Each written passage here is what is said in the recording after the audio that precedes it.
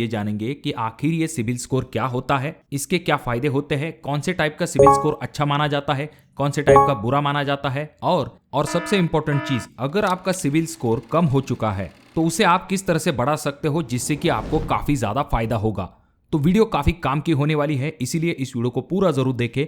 Channel पे अगर आप लोग नए आए हो तो चैनल को जरूर सब्सक्राइब कीजिए। तो दोस्तों सबसे पहले ये जानते हैं कि आखिर ये सिबिल स्कोर क्या होता है। तो पहले जानते हैं इस सिबिल स्कोर का फुल फॉर्म। सिबिल का फुल फॉर्म होता है credit information bureau India limited. ये जो सिबिल स्कोर होता है ये एक 3 डिजिट नंबर होता है 300 और 900 के दरमियान, जो कि आपके क्रेडिट वर्दीनेस को दिखाता है। अब ये जो स्कोर होता है ये कैलकुलेट किया जाता है आपके क्रेडिट हिस्ट्री के ऊपर, यानी कि आपने जो लोन के रीपेमेंट किया है, क्रेडिट कार्ड का यूसेज किया है, ओवरऑल आपका जो कर्जे का मैनेजमेंट होता है उसके ऊपर ये क्रेडिट स्कोर जो है ये कम या फिर ज्यादा हो सकता है। तो अब सवाल ये आ जाता है कि आखिर ये सिबिल स्कोर इतना इंपॉर्टेंट क्यों होता है।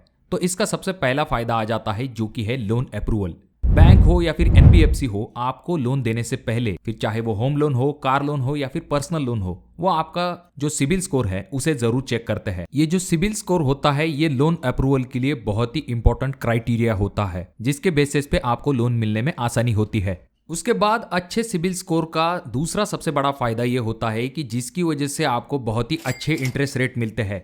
यानी कि अगर आपका सिबिल स्कोर हायर होता है तो आपको लोअर इंटरेस्ट रेट के ऊपर लोन मिलते हैं। यानी कि आसान भाषा में, जितना ज्यादा आपका क्रेडिट स्कोर होता है उतना ही कम ब्याज आपको उस लोन के ऊपर देना पड़ सकता है। ये बहुत ही बड़ा फायदा होता है अच्छे सिबिल स्कोर का। और वीडियो में हम आगे ये भी जानने वाले हैं कि किस तरह से हम अच्छे सिबिल स्कोर को मेंटेन रख सकते हैं। अच्छे सिबिल स्कोर का अगला फायदा ये आता है कि जब भी आपका सिबिल स्कोर अच्छा होता है तो आपको प्रीमियम क्रेडिट कार्ड, वो भी हायर लिमिट के साथ मिलते हैं। और रही बात, फास्टर लोन प्रोसेस भी होता है। अगर आपका सिबिल स्कोर काफी हाई होता है, ऐसे में बैंक आपका जो लोन का प्रोसीजर है वो काफी फास्ट और बहुत ही कम डॉक्यूमेंट के साथ कंप्लीट कर देती है। अब दोस्तों अगला सवाल ये आ जाता है कि आखिर अच्छा सिबिल स्कोर क्या होता है। सबसे पहले आपको अगर सिबिल स्कोर चेक करना है तो इसके लिए बहुत सारी आसान चीजें आ चुकी है, जैसे कि आप अपने गूगल पे या फिर फोन पे की मदद से भी आराम के साथ सिबिल स्कोर इस तरह से चेक कर सकते हो। जब आप सिबिल स्कोर को ओपन करते हो तो आपको इस तरह का एक मीटर दिखाई देगा जिसके ऊपर आपका क्रेडिट स्कोर आपको दिखाई देता है। अगर आपका सिबिल स्कोर 750 से लेके 900 के दरमियान है, यानी कि इसका मतलब यह है कि आपका जो सिबिल स्कोर है वो एक्सीलेंट कैटेगरी में आता है।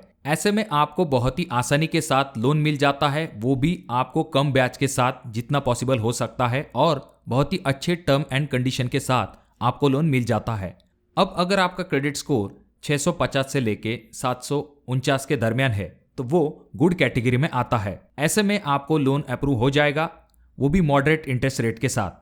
और अगर आपका क्रेडिट स्कोर 550 से लेके 649 के दरमियान है तो ऐसे में आपका जो क्रेडिट स्कोर है वो एवरेज कैटेगरी में आता है।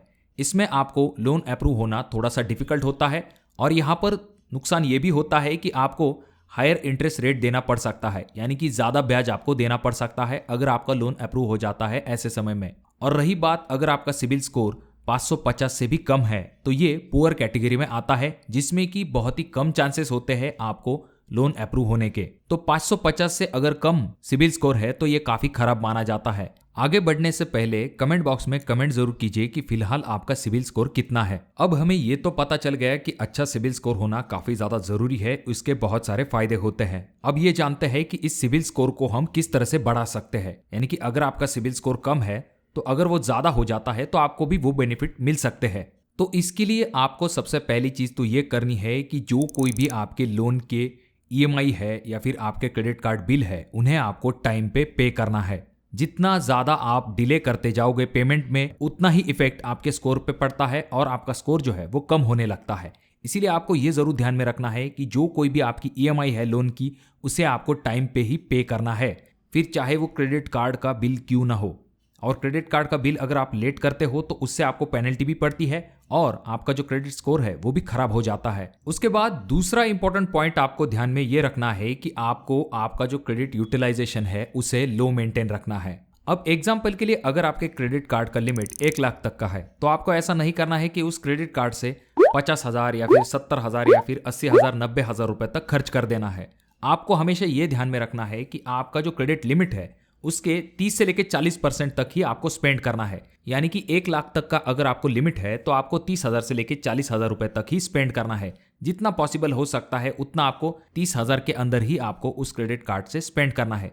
जितना कम लिमिट आप इस्तेमाल करोगे उतना ही ये दिखाई देता है कि आप उस क्रेडिट कार्ड के ऊपर ज़्यादा डिपेंडेंट नहीं हो। तो इसके बाद नेक्स्ट पॉइंट आ जाता है जो कि है आपको मल्टीपल लोन एप्लीकेशन को अवॉइड करना है। खास करके अगर आप ज़्यादा लोन अप्लाई कर रहे हो वो भी कम समय के अंदर, ऐसे में ये आपके स्कोर के ऊपर इफेक्ट डालता है जिसकी वजह से आपका सिबिल स्कोर जो है वो डेफिनेटली कम हो सकता है। उसके बाद आपको ये भी ध्यान में रखना है कि आपको अच्छा क्रेडिट मिक्स करना है।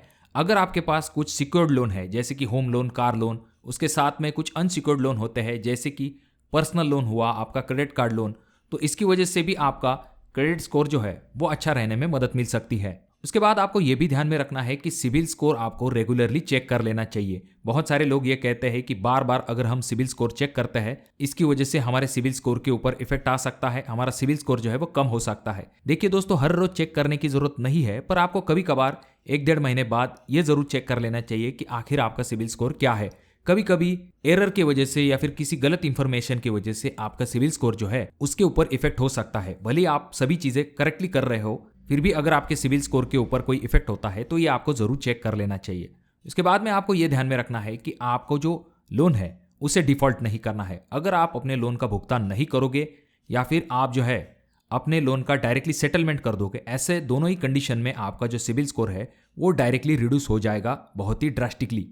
ऐसे में आपको यह ध्यान में रखना है कि लोन डिफॉल्ट नहीं करना है। उसके बाद अगली चीज जो कि आपको ध्यान में रखनी है कि आपका जो पुराना वाला क्रेडिट कार्ड है उसे आपको तुरंत क्लोज नहीं करना है, क्योंकि जो पुराने क्रेडिट कार्ड होते हैं वो आपके लॉन्ग रीपेमेंट हिस्ट्री को दिखाते हैं, यानी जो कि एक अच्छी चीज होती है आपके सिबिल स्कोर के लिए। और अगर आप सिबिल स्कोर चेक करना चाहते हो तो ट्रांस यूनियन या फिर सिबिल स्कोर की वेबसाइट पे जाकर भी चेक कर सकते हो। उसके बाद सिबिल स्कोर को जानने के लिए आप वन स्कोर ऐप का भी इस्तेमाल कर सकते हो।